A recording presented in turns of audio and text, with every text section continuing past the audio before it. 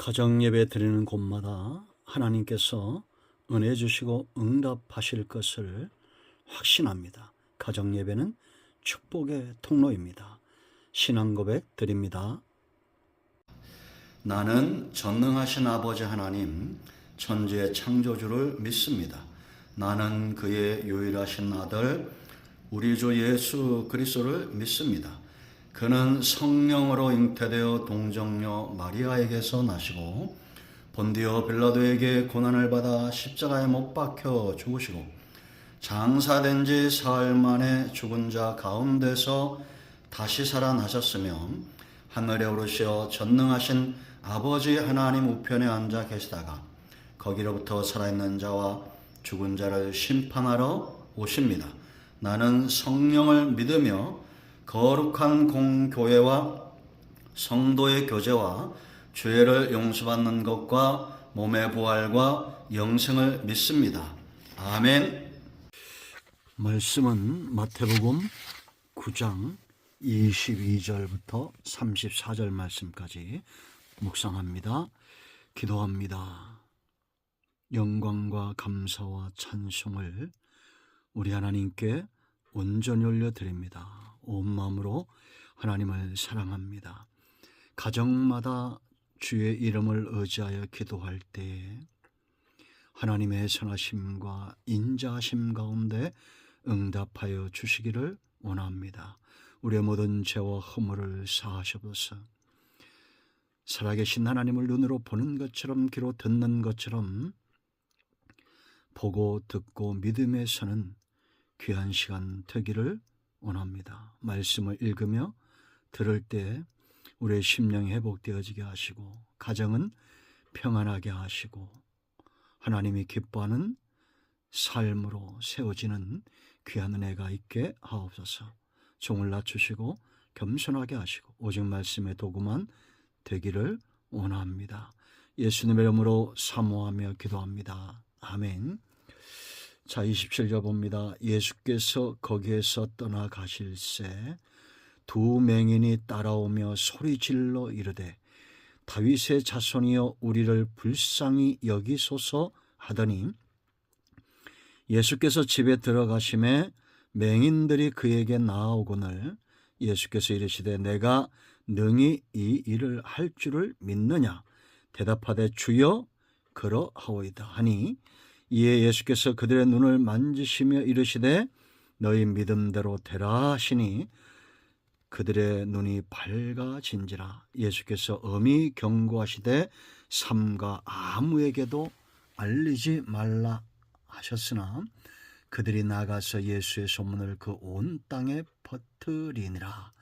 그들이 나갈 때 귀신 들려 말 못하는 사람을 예수께 데려오니 귀신이 쫓겨 나가고 말 못하는 사람이 말하거늘 무리가 놀랍게 여겨 이르되 이스라엘 가운데서 이런 일을 본 적이 없다 하되 바리새인들은 이르되 그가 귀신의 왕을 의지하여 귀신을 쫓아낸다 하더라. 할렐루야.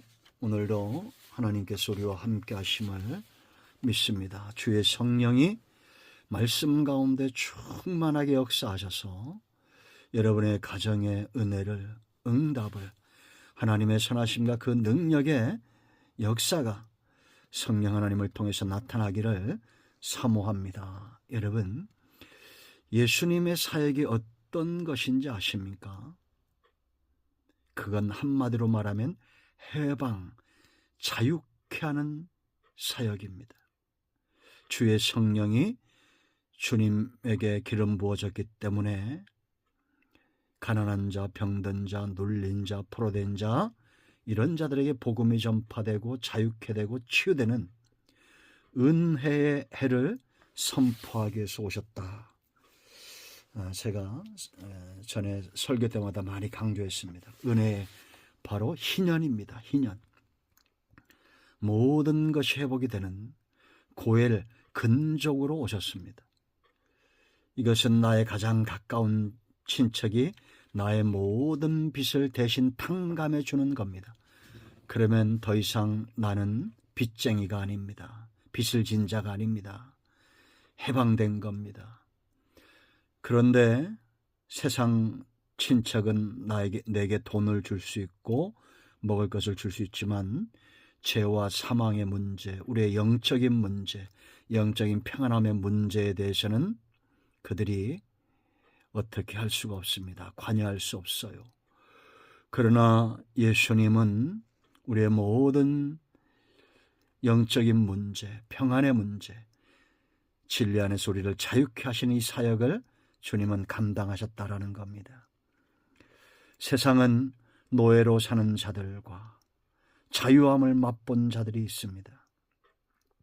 사람과 환경과 무엇보다 사탄의 역사 가운데 고통당하는 사람들이 주님을 만날 때 해방됩니다. 오늘 말씀에도 두 사람의 해방이 나타나고 있습니다. 한 사람은 이 소경된 자를 자유케 했어요. 여러분, 지금 잠깐 눈을 감아 보십시오. 그 고통이 참 크죠. 눈은 몸이 만냥이면 눈은 9만냥이다. 이런 말들이 있죠. 그만큼 눈이 소중합니다. 보는 행복, 보는 즐거움이 있죠. 우리가 눈으로 보고 많은 것들을 보고 듣고 깨닫고 즐거워합니다. 그런데 오늘 이 본문의 두 소경이 자유함을 얻었는데요, 자세히 보면 정말 고통당하는 소경인 누군가를 알 수 있습니다. 이들보다도 더 심각한 고통을 받고 있지나 그걸 알지 못하는 자들이 있어요. 그 누구냐? 자신들이 소경인지 모르는 자들입니다. 예수님께서 요한복음 9장 41절에 예수께서 이르시되 너희가 맹인이 되었더라면 죄가 없으려니와 본다고 하니 너희 죄가 그대로 있느니라. 바리새인들, 당시의 종교 지도자들 마치 아무것도 보지 못하면서 자신들 눈앞에 메시아가 와 있음에도 불구하고 보지 못하고 믿지 못하고 대적하고 그러면서도 성경을 안다고 속된 말로 나불거리는 선생이 되고자 했던, 영적으로 소경이면서 주님도 모르는 자들이 사람을 이끌어가니 다 이끌리는 자나 이끄는 자나 이끌림을 받는 자나 다 구렁텅이에 빠지게 되는 겁니다. 여러분, 이들은 비록 육신적으로는 소경이나 이들은 영적으로는 보고 듣고 있어요. 이 맹인이 보세요. 여러분, 27절에 따라오며 소리 질렀다는 겁니다. 이제는 다른 일 하지 않아요. 그들이 소경이라니 장애가 되지 않습니다. 거기 머물러 있지 않아요. 나는 눈이 멀었으니까 주저앉아 있지 않습니다. 소리 지르며 다윗의 자손이여 우리를 불쌍히 여기소서. 여러분, 우리가 알지 못하면, 보지 못하면, 깨닫지 못하면 믿음에 설 수 없고 믿음에 서지 못하면 따라갈 수 없습니다. 주님은 지나가시는 분이에요. 기회를 주시는 겁니다. 주님이 지금 이들 앞에 지나가고 있습니다. 그 기회를 잡아야 됩니다. 성경을 보세요, 여러분. 예수님은 항상 기회를 주셔요. 제자들에게 나를 따르라고 말하죠. 그럴 때 모든 것을 버려두고 주님을 따른 자들은 제자가 됩니다. 그들의 상급이 얼마나 크겠습니까? 하늘에서 그들의 이름이 얼마나 빛나겠어요? 영광스럽겠습니까? 그런데 어떤 이들은 재물이 많아서, 여러분 마태복음 19장 20절 말씀 보면 이 청년이 예수님께 나오죠. 한 청년이 부자였습니다. 그런데 그 모든 소유를 다 팔아 가난한 자에게 주고 너는 나를 따르라 했을 때에 이 청년이 재물이 많음으로 이 말씀을 듣고 근심하여 가니라. 영생에 대한 관심을 갖고 주님을 찾아온 것은 얼마나 잘한 일입니까? 그런데 재물을 다 버리라니요. 모든 것을 버려두고 나를 따르라. 왜냐? 모든 것을 버리지 않으면 주님을 따라갈 수 없어요. 결국은 재물이 그 발목을 잡습니다. 종교 지도를 보세요. 당시에 그러나 그 가운데 바리새인이었던 공회원이었던 니고데모는 기회를 잡죠. 그러나 외식된 신앙, 세상의 명예에 빠져있는 자들, 권력에 빠져있는 자들은 주님을 따르지 못합니다. 여러분, 사람이 세상에서 사는 사람들이 이 기회가 있을 때 가장 큰 비극은 뭔지 아십니까? 주님은 지금도 말씀을 보내십니다. 전도자들을 통해서 교회를 통해서 십자가 복음을 전합니다. 주님이 곧 오신다고 선포되어집니다. 구속의 말씀이 증거되고 있습니다. 그런데 가장 슬픈 말은 무엇이냐? 다음에 믿겠습니다. 지금은 바쁩니다. 다음에. 과연 다음이 있을까요?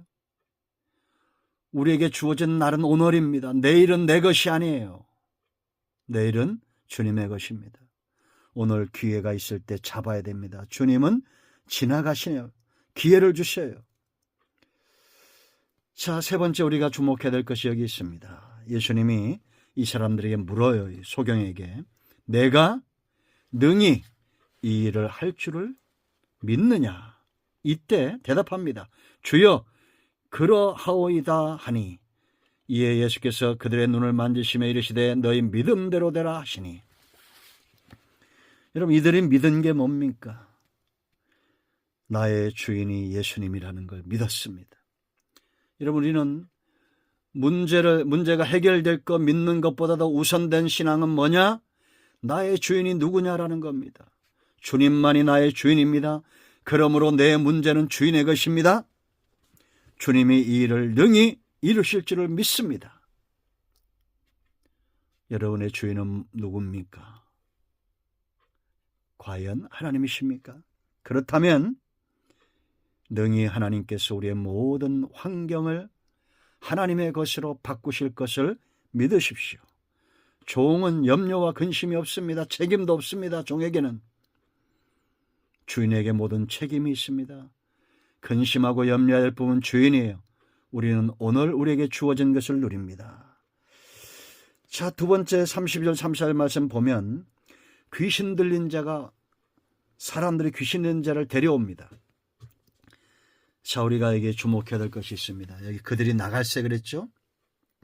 소경들이 나갔어요. 그런데 사람들이 귀신 들려 말 못하는 사람 그랬습니다. 예수께 데려왔어요. 그랬더니 예수님 무슨 말을 하지도 않았습니다. 그런데 귀신이 쫓겨나고 말 못하는 사람이 말하거늘 무리가 놀랍게 여겨 이르되 이스라엘 가운데서 이런 일을 본 적이 없다 하되.